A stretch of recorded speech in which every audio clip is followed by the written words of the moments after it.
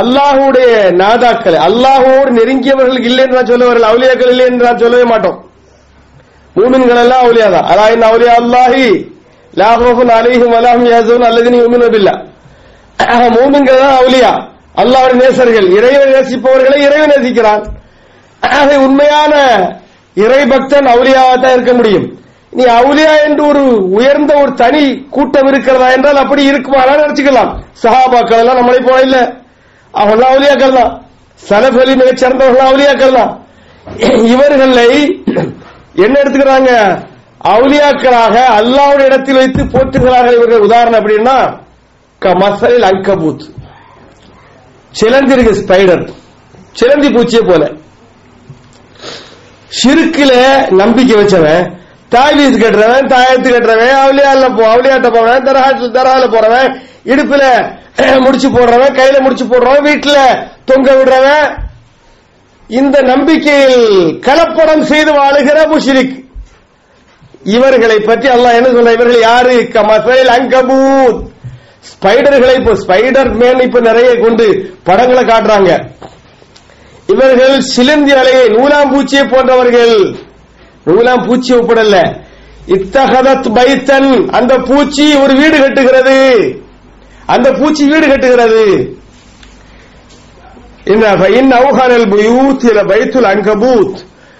வீடுகளில், இல்லங்களில் பலவீனமான இல்லம் நூலாம்பூச்சியினுடைய, ஸ்பைடருடைய, சிலந்தியினுடைய இல்லம் தான். லவ்கானு யாலமூன், உண்மையை தெரிஞ்சிருந்தா என்று அல்லாஹ் சொல்ற. இதுல நமக்கு வெளிப்படையா ஒண்ணுமே புரியாது.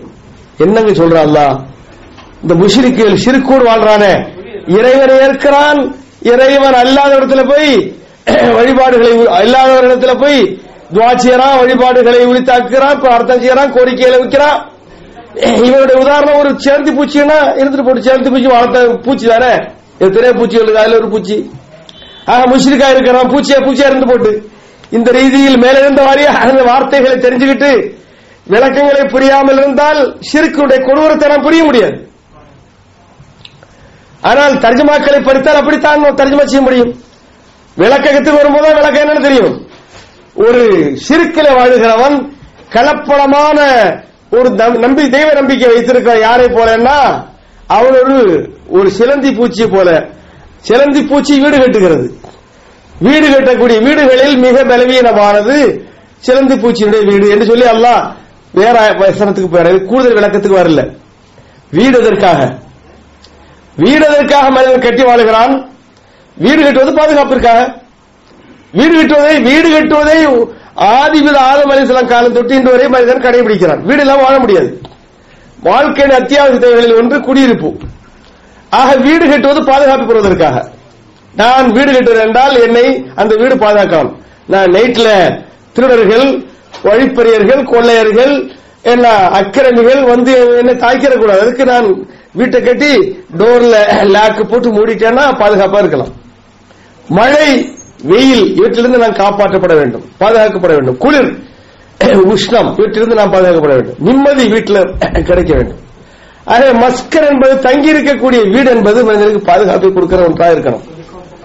இந்த பாதுகாப்பை சிலந்தி வலை பெறுகிறதா என்பதா கேள்வி. சிலந்தி ஒரு வீடை கட்டுகிறது என்றால் அந்த சிலந்தியுடைய வீடு அந்த சிலந்தி பூச்சிக்கு பாதுகாப்பை கொடுக்கிறதா? வெயில் அடித்தால் அந்த சிலந்தி பூச்சிக்கு வெயிலிருந்து காப்பாற்றப்படுமா? மழை பெய்தால் சிலந்தி பூச்சிக்கு அது பாதுகாப்பு கொடுக்குமா? அந்த சிலந்தி வலை யாராவது தொடப்பத்தை வச்சு தட்டி விட்டாங்கன்னா, ஒரு கிளீனர் வச்சு ஊதி விட்டாங்கன்னா அது போயிருது. அந்த மாதிரி பலவீனத்திற்கு மேல் பலவீனம், அதில் பாதுகாப்பு இல்லை, அமைதி இல்லை, நிம்மதி இல்லை. இதோட இன்னொரு விசேஷம் கேளுங்க. நம்ம ஊர்ல நீங்க ஒரு பூச்சி கூட பார்க்காத ஊர்ல வாழ்றீங்க. அல்ஹம்துலில்லாஹ், அல்லாஹ் உங்களுக்கு பெரிய அற்பேறு செஞ்சிருக்கிறான். இந்த நாட்டில் வந்து முஸ்லிம்களாக வாழ்வது என்றால் பெரிய பாக்கியம் உண்மையிலேயே. நான் மதீனால 10-12 வருஷம் வாழ்ந்திருக்கிறேன். மதீனால உள்ள முஸ்லிம்களை விட சிலர்கள் இங்கே மதீனாவில் முஸ்லிம்களை விட நல்லவர்களாக பார்க்கிறேன்.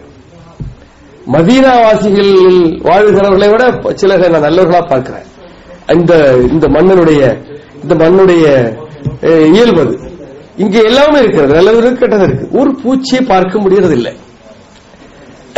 டெஸ்டோ அல்ல இன்செக்டோ பார்க்கிற அந்த இந்த கிளைமேட்டுக்கு அதெல்லாம் வாழாது. நம்ம ஊர்ல எல்லாம் நீ எவ்வளவு பெரிய மாளிகை கட்டினாலும் சிலந்தி பூச்சி அது வீடு கட்டா ஒரு வீடை பார்க்க முடியாது. வீடு இல்லைன்னா மரத்துல அல்ல வேற எங்கேயாவது சிலந்தி பூச்சியினுடைய அந்த இதை தெரிந்தவர்களுக்கு தெரியும். அது ஒரு பாதுகாப்பை கொடுக்காத ஒரு இல்லம். அதனால மூமினே முஸ்லிமே இறைவனை நம்புகிறவனே, நீ பாதுகாப்பான ஒரு வாழ்க்கை போக்கை தேர்வு செய்ய விரும்புகிறியா? பாதுகாப்பு இல்லாத ஒரு வாழ்க்கை போக்கை தேர்வு செய்ய விரும்புகிறியா? நீ கபர்ல போய் அவுளியாட்ட போய் குருட்ட போய் பக்தர்கிட்ட போய் நாதாக்கள்கிட்ட போய் அல்லது வேற நீ தெய்வமாக இருக்கிற மதிக்கத்தக்கவட்ட போய் நீ கோரிக்கை விடுகிறிய உன் வாழ்க்கை பாதுகாப்பற்ற வாழ்க்கை. உன்னை நிச்சயமாக நீ பாதுகாப்பான வாழ்க்கையில் அமைத்துக் கொள்ளவில்லை, ஈடுபடுத்திக் கொள்ளவில்லை. சிலந்தி பூச்சி மாதிரி. சிலந்தி பூச்சி கெட்டுகிற பெரிய சிலந்தி வலைக்கு உள்ளால ஒரு செத்து போன ஒரு சிலந்தி அதிலே தொங்கும். அதற்குள்ளால இருக்கு, நீங்க பார்த்திருப்பீங்க, பார்த்தவங்க வயசானவங்களுக்கு தெரியும். அதுக்குள்ளால் ஒரு பூச்சி தொங்கும். அந்த பூச்சியானது அங்கே தொங்குறதை நாம் பார்த்திருக்கிறோம். இத்தகதத் என்றால் பெண்பால், இத்தகதத்து பைத்தன், சிலந்தி பூச்சி ஒரு வீட்டை கட்டுகிறது என்று அல்லாஹ் பெண்பாலாக சொல்றான். பெண்பால் ஆண்பாலா சொன்னால் இத்தகதான்னு சொல்றோம். இத்தகதத்துன்னு வந்திருக்கிறான். ஆக வீடு கட்டுவது சிலந்தி பூச்சியில் பெண்பால், பெண் தான் சிலந்தி பூச்சியாக வீடு கட்டுகிறது. சிலந்தி பூச்சிகளில் பெண் சிலந்தி பூச்சி தான் வீடு கட்டுகிறது. பெண் சிலந்தி பூச்சி வீடு கட்டிய உடனே ஆண் சிலந்தி பூச்சி இந்த பெண் சிலந்தி பூச்சியை கடித்து கொன்று விடுகிறது.